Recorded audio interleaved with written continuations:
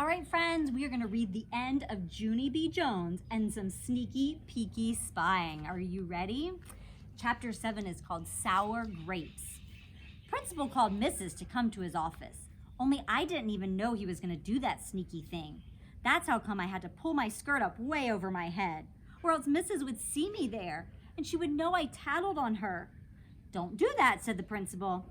"Yeah, only I'm allowed," I said from underneath my skirt, because I have on my new red tights and also boxer shorts. After that, the principal went out of his office, and I heard my teacher's voice outside the door.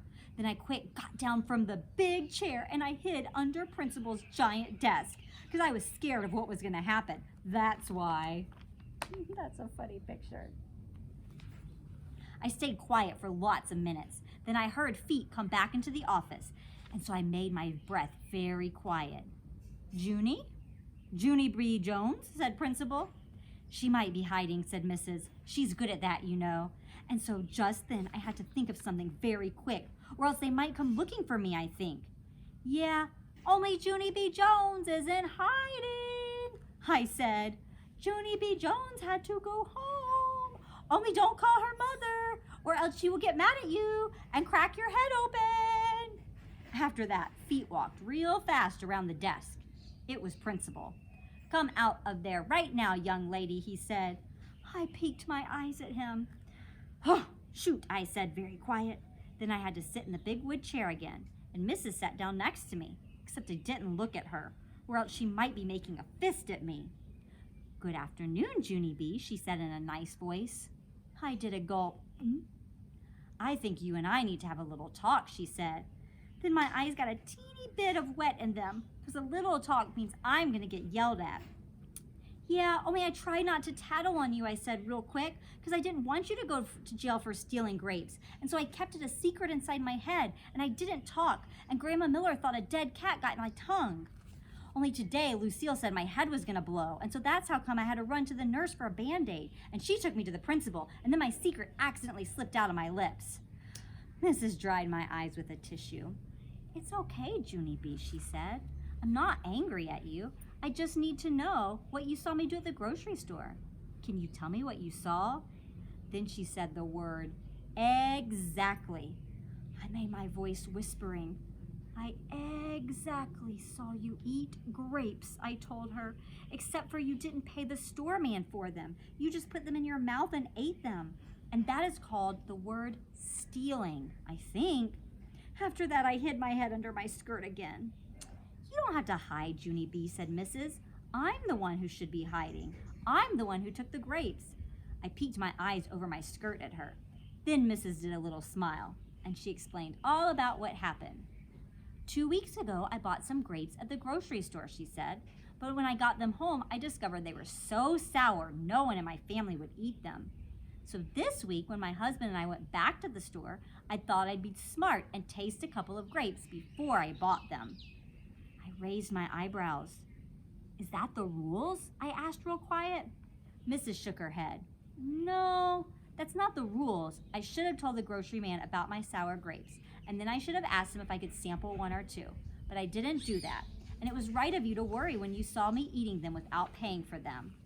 "It was?" I asked.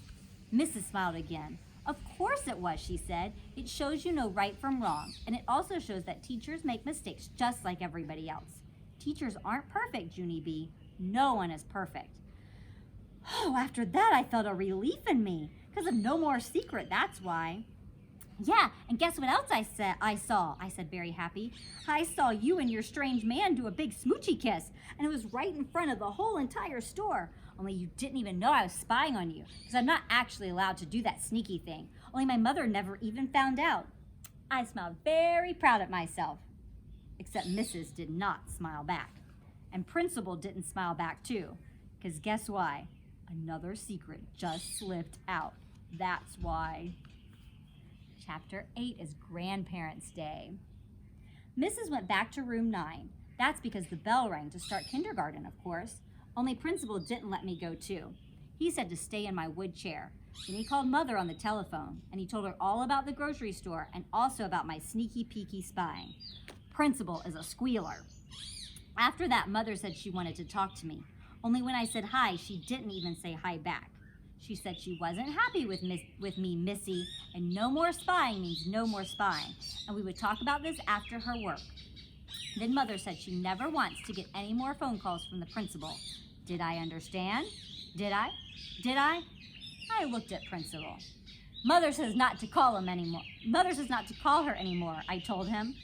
Then Mother did a loud groan in the phone. Oh, except I don't know why. After that, me and her hung up, and Principal said I could go to room 9, and I ran there speedy quick.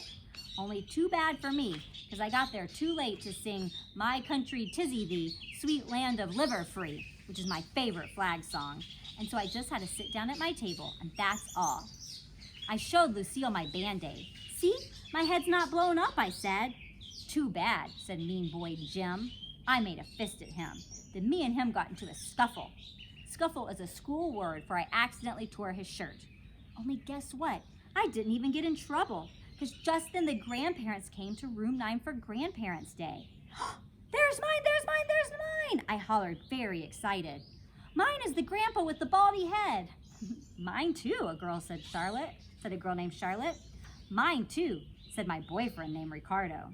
Then a grandma with blonde hair came in, and she had long red fingernails and dangling earrings with jewels on them. That's my Nana, said Lucille. I smiled at her. Your Nana looks like a money bag, Lucille, I said. After that, another grandma came in, and she ran over to the Jim. I don't like him, and she tried to tug him very tight. Only that mean Jim just kept standing there, and he didn't even hug her back. I tapped on her. I'll hug you, I said. And so then me and her hugged real tight. I don't like your grandboy, I said very sweet. Just then Mrs. clapped her hands very loud, and she made the grandparents sit down in the back of the room. Then the children talked all about what we do in room 9. It's fun in here, said my bestest friend Grace. We learn to count and read and wash our hands after we go to the bathroom. And we learn recess and snacks and art, said Ricardo. Art is my favorite, I called out. Only my art didn't get hung up, because I painted a horse, and his head turned out like a fat wiener sausage, and so I had to tear it up and stomp on it with my shoes. Then that mean Jim did a cuckoo sign at me, and it was right in front of all the grandparents. Yeah, only everybody makes mistakes, I said. Right, missus? Right? Because on Saturday, you kissed a strange man at the grocery store, and then you stole a bunch of grapes, and so even teachers make mistakes, right? Mrs. Faces went funny. Then her skin turned the color of reddish, and her voice couldn't say any words. How come you're not talking, Mrs.? I hollered. Does the dead cat got your tongue, too?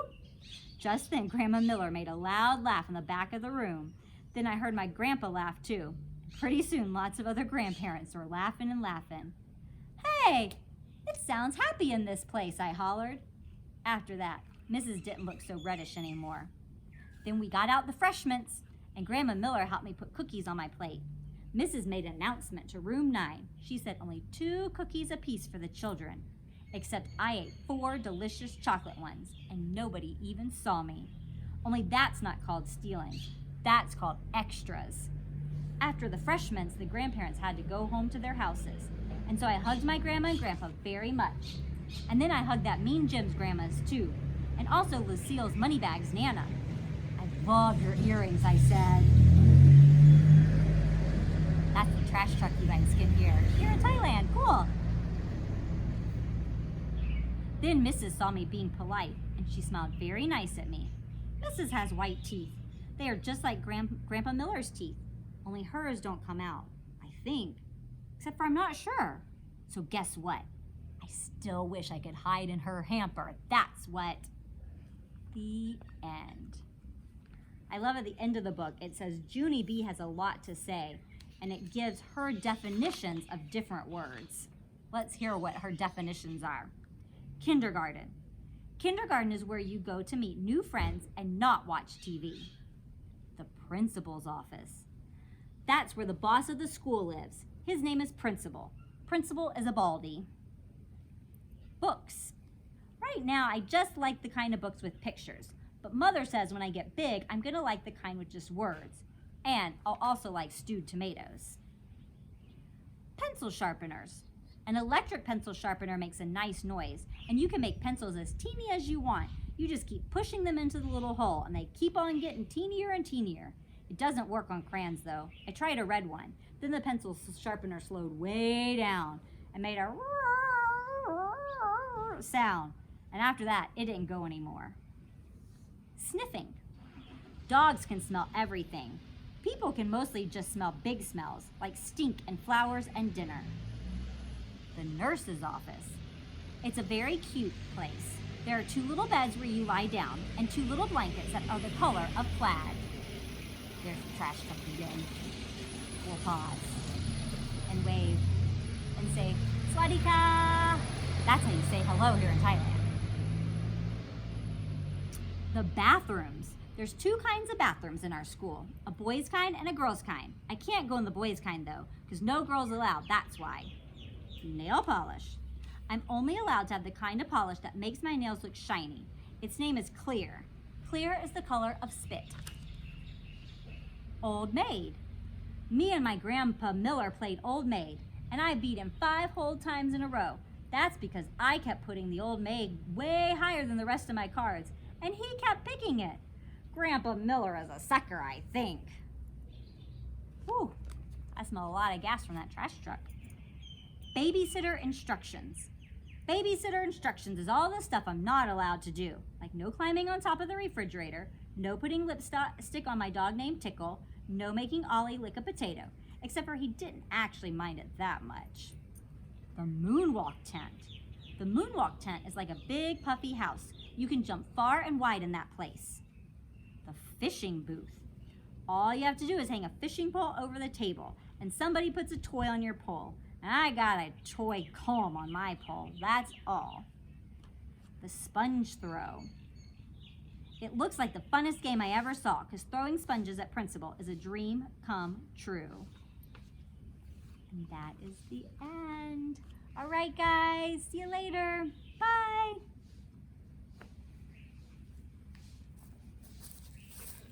The end.